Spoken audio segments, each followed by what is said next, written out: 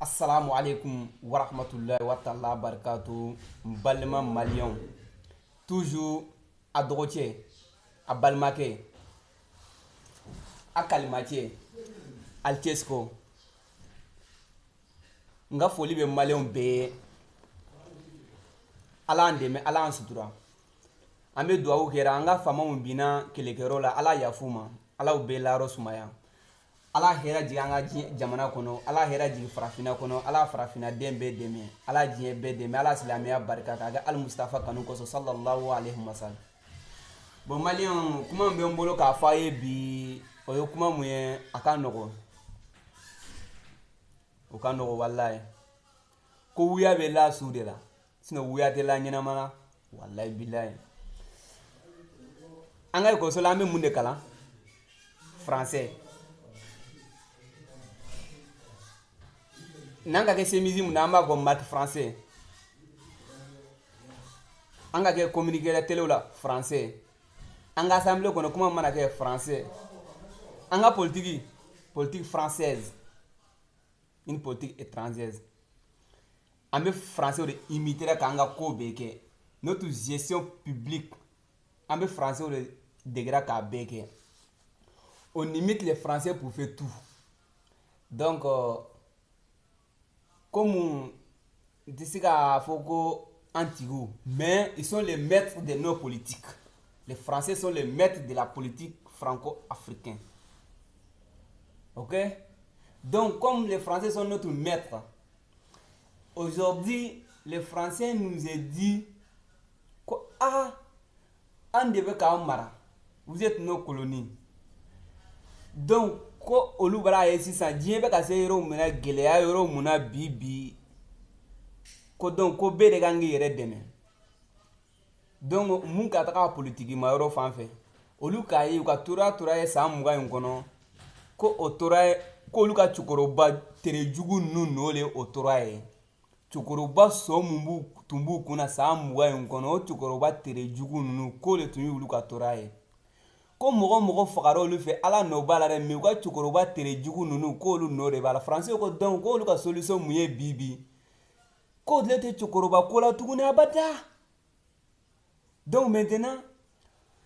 k'u mako fana tɛ parti politique fana la cɛ wallahi bilahi français u k'o de yira an na k'u mako tɛ parti politique la tuguni a ye lamɛn maliyɛnw donc k'olu mako bɛ jɔn na la jeunesse démissionnous la jeunesse qui sont conscients démissionnous mu be mirila jamanadenw na démissionnous be mirila jamanadenw ka siniɲɛsigi la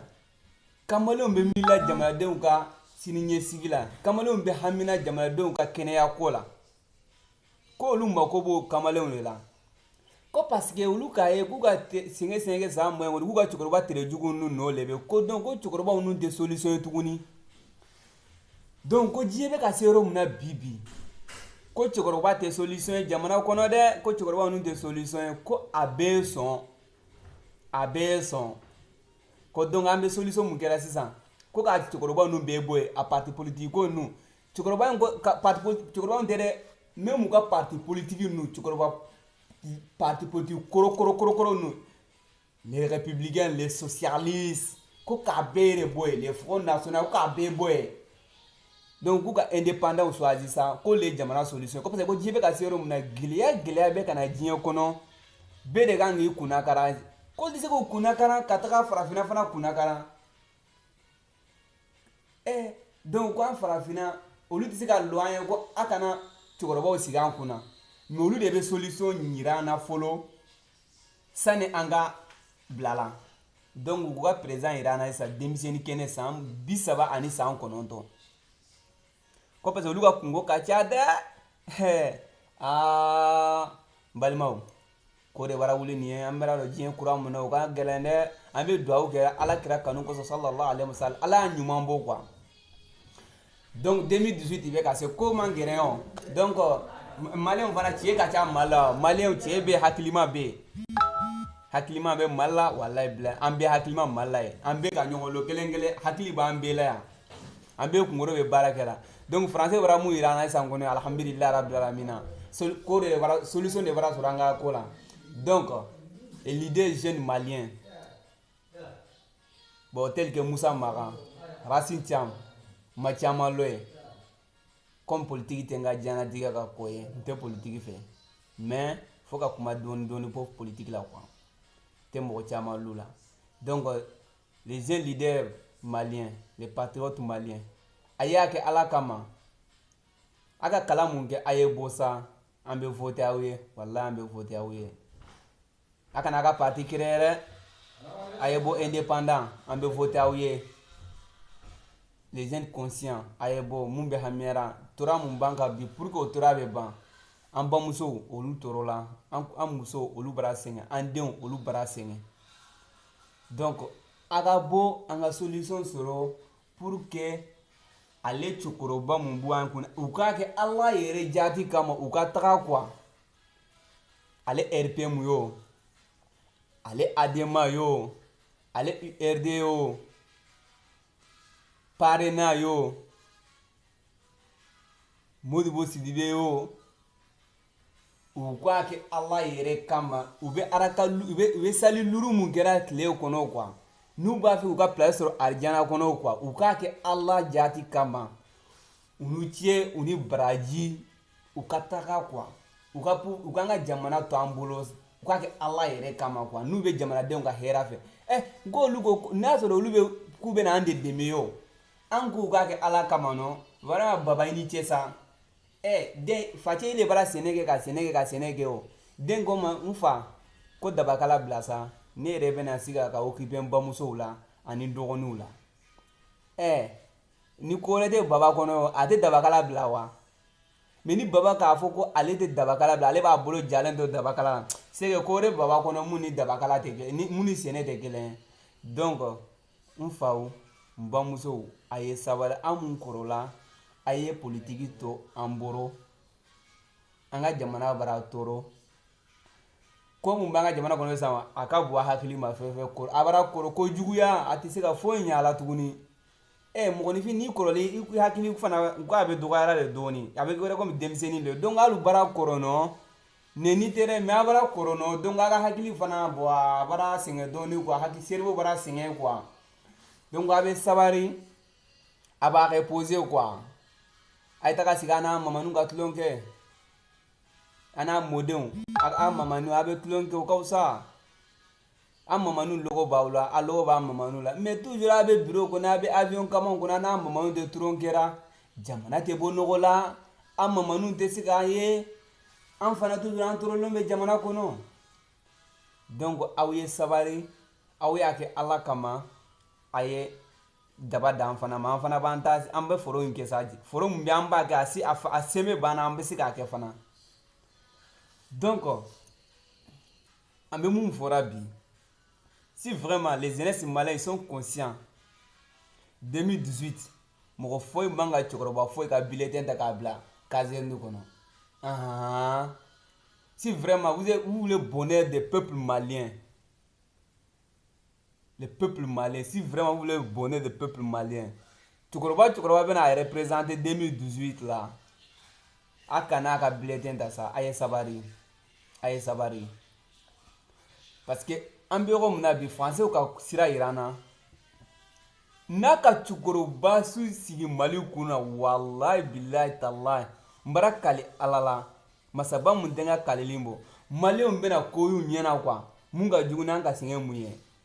parce que français tɛ n'a dɛmɛna o a y'o bɔ a kunna dɛ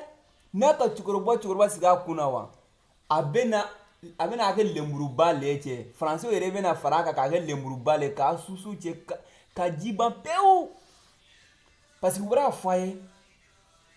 a ye ko bɛ yira hakiliman de la quoi ni ka ko kɛ to hakiliman b'a ye quoi donc n'a kɔni ka taga cɛkɔrɔba sigi mali kunna 2018 la an ko b'an yɛrɛ bolo la dɛ o kɔni sa bɛɛ b'i yɛrɛ bolo parce que an ka président yɛrɛ de la k'o fɔ ko bɛɛ b'i yɛrɛ bolo donc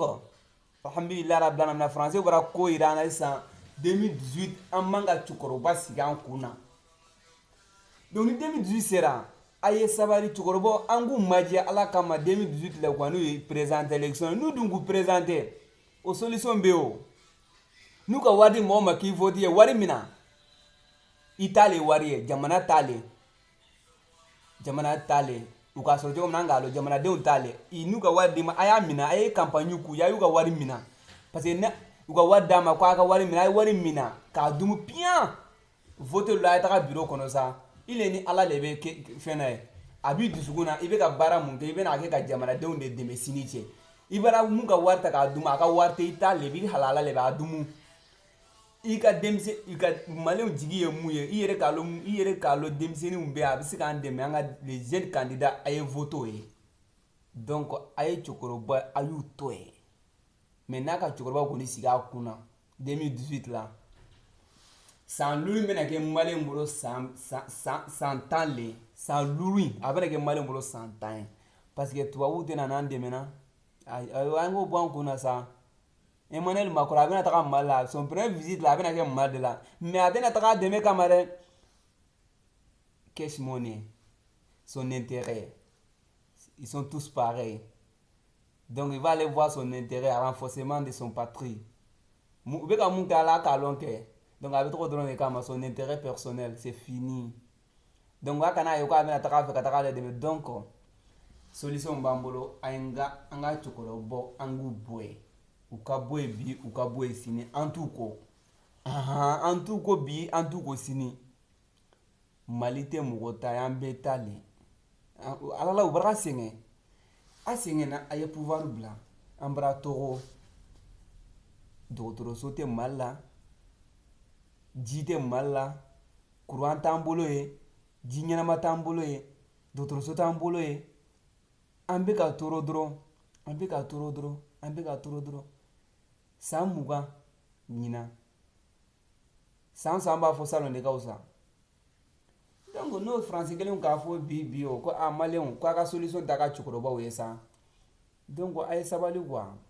ne kɔni bagan t'a fɔ inshallah ala kira bonya fana kɔnɔ kanu kɔsɔ sallallahu alaihi wasallam maliyɛnw fana bɛna a yira ko faransɛw a ka mun yira la alhamdulilahi rabbil alamin ale cɛkɔrɔbaw n'o an tɛna foyi t'u ye et puis a bɛna kɛ fana cɛkɔrɔba foyi tɛna sigi mali kunna assalamu alaikum warahmatullahi wabarakatuh barakatuh ala hɛrɛ bila mali kɔnɔ ala hɛrɛ bila farafinna kɔnɔ ala hɛrɛ bila silamɛden bɛ yɔrɔ o yɔrɔ ala hɛrɛ bila yɔrɔ bɛɛ la k'a kɛ ali mustafa kanu kɔsɔ sallallahu alaihi wasallam ala an kisi fama jugu maa si ma k'a kɛ ali mustafa kanu kɔsɔ sallallahu alaihi wasallam assalamu alaikum warahmatullahi wabarakatuh